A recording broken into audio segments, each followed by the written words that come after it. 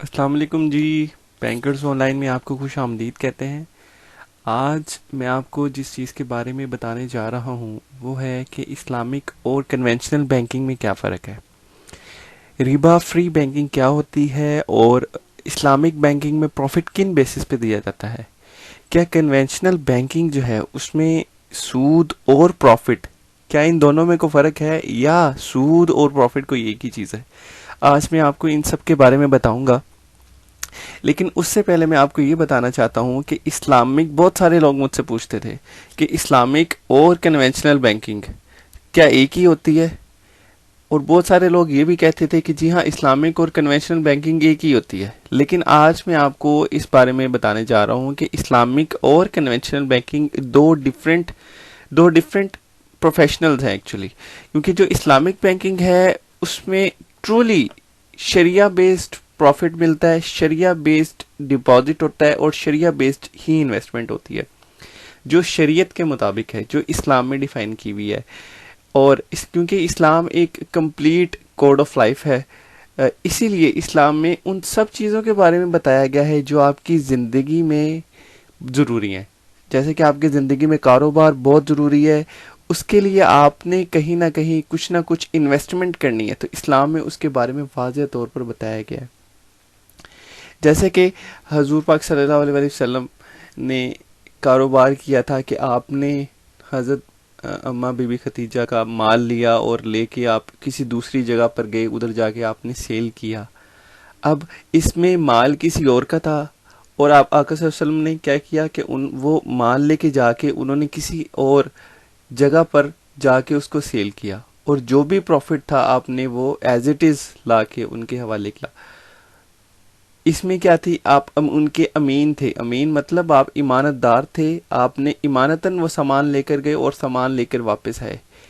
تو انہی بیسس کو، اسی چیز کو بیس بناتے ہوئے اسلامک بینکنگ کام کرتی ہے، انہی اصولوں کو دیکھتے ہوئے اسلامک بینکنگ کام کرتی ہے. آگے آپ کو اسلامک بینکنگ میں اور کنونشنل بینکنگ میں دراصل ڈفرینس کیا ہوتا ہے.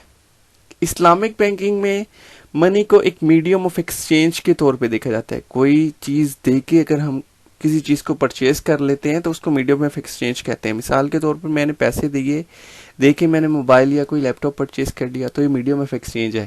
لیکن کنونشنل بینکنگ میں جو آپ کی رقم ہوتی ہے اس کو ایک کموڈٹی کے طور پہ دیکھا جاتا ہے. کموڈٹی مطلب اگر ایک چیز جس کے بدلے میں پیسے لیے جاتے ہیں، مطلب میں نے بینک سے کوئی پیسہ لیا تو بینک مجھ سے اس پہ پیسہ لے گا، تو بینک اس کو کموڈٹی کے طور پہ دیکھتا ہے. جبکہ اسلامک بینکنگ اس کو کموڈٹی نہیں کہتا، وہ میڈیم آف ایکسچینج کہتا ہے.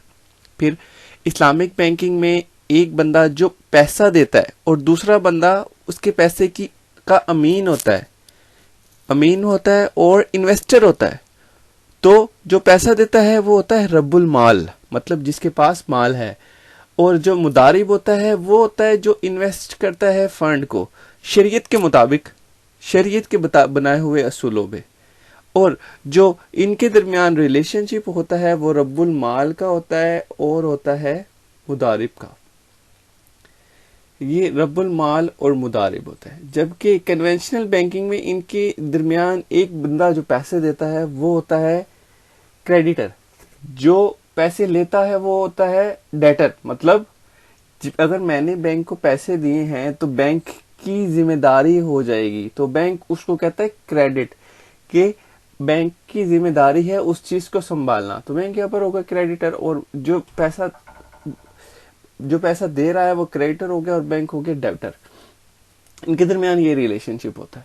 جبکہ اسلامک بینکنگ میں پروفٹ ریٹ جو ہوتے ہیں وہ پری ڈیفائنڈ نہیں ہوتے. پروفٹ جو اس وقت دیا جاتا ہے جب کوئی چیز آپ سیل کرتے ہیں، سیل کرنے کے بعد اس کا پروفٹ دیا جاتا ہے.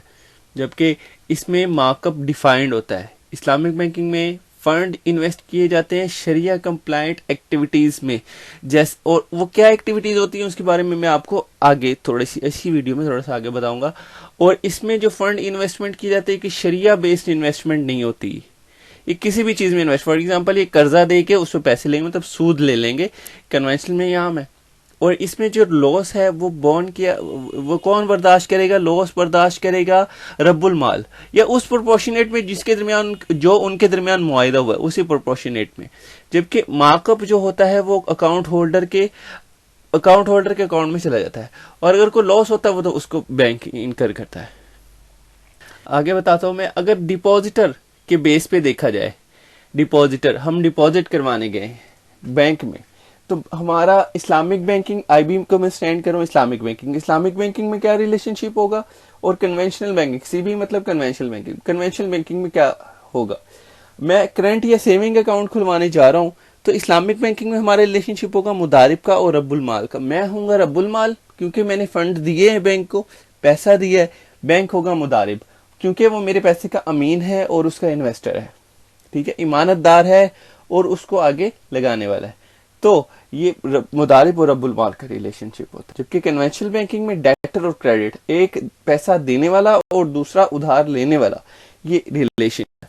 اور اگر ہم کرنٹ اکاؤنٹ کھلوا رہے ہیں تو کیا وہ جائز ہے کنونشنل بینکنگ میں؟ جو اسلامک بینکنگ ہوتی ہے وہ اس کو قرض بیس لیتا ہے، مطلب اسلامک بینک اگر آپ نے کرنٹ اکاؤنٹ میں پیسہ رکھوا لیا تو وہ اسلامک بینکنگ کا قرض ہو گیا ایک قسم کا، وہ قرض کی بیس پہ دیکھتے ہیں، وہ اس فنڈ پر کوئی چارجز نہیں لیتا، اس کو کوئی اکاؤنٹ کلوزنگ چارجز نہیں لیتا، جبکہ کنونشنل بینکنگ اس کو سروس چارجز بھی اپلائی کرتا ہے۔ سروس چارجز کس قسم کے؟ اگر آپ اپنا بیلنس مینٹین نہیں رکھتے کرنٹ اکاؤنٹ میں، 25,000 تک آپ رکھتے ہو تو بینک، ٹھیک ہے، فار ایگزامپل 25,000 تک رکھتے ہو تو بینک کوئی سروس چارج نہیں کرتا، لیکن اگر 25,000 سے کم ہو جاتا ہے تو بینک اس کو سنبھالنے کے مد میں جو چارجز لیتا ہے وہ سروس چارجز، جبکہ اسلامک بینکنگ میں ایسا نہیں ہوتا کیونکہ اس میں قرض بیسڈ ہوتا ہے، اور جسے آپ نے قرضہ لیا ہو اس کے تو آپ سائے میں بھی نہیں بیٹھ سکتے، ایسا شریعت ایسے کہتی ہے، اور اس میں اکاؤنٹ کے کلوزنگ کے چارجز بھی لیے جاتے ہیں، اسلامک بینکنگ میں ایسا نہیں ہوتا۔ اگر ہم انویسٹمنٹ سائڈ پر دیکھیں، بہت سارے لوگ یہ کہتے ہیں اچھا اگر وہ انویسٹمنٹ کہاں کرتے، کون سی ایسی جگہ ہیں؟ بھائی اسلامک بینکنگ میں بہت ساری ایسی جگہ ہوتی ہیں جہاں پہ انویسٹمنٹ کر سکتے۔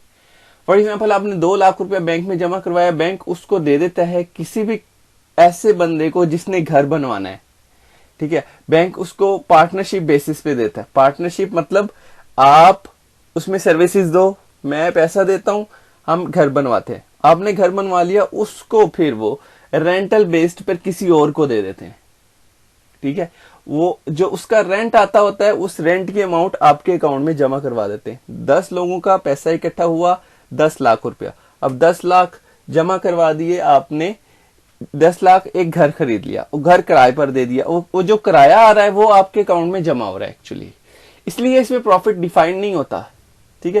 اور اس میں ایک چیز ہوتی ہے سلم کا مطلب ہوتا ہے کہ آپ نے ایڈوانس میں کسی کو پیسہ دے دیا، آپ نے بینک نے ایڈوانس میں گھر خرید کے کسی کو دے دیا، اب گھر اس کو دے دیا، اب اس کو کہا کہ تو آہستہ آہستہ اس کی رقم مجھے ادا کرتا رہے کرائے کی مد میں نے تجھے دے دیا، اب تو کرائے کی مد میں مجھے دیتا رہے، ٹھیک ہے۔ ایڈوانس میں بینک نے گھر لے کر دے دیا اور اس پر کرایہ وصول کرتے ہیں، اب جو کرایہ وصول کرتے ہیں بینک، وہ ان لوگوں کے اکاؤنٹ میں ڈال دیتے ہیں جس کی رقم سے انہوں نے گھر خریدا ہے، اس لیے ایک بہت بڑی انویسٹمنٹ ہوتی ہے بینک کی یہ سلم میں۔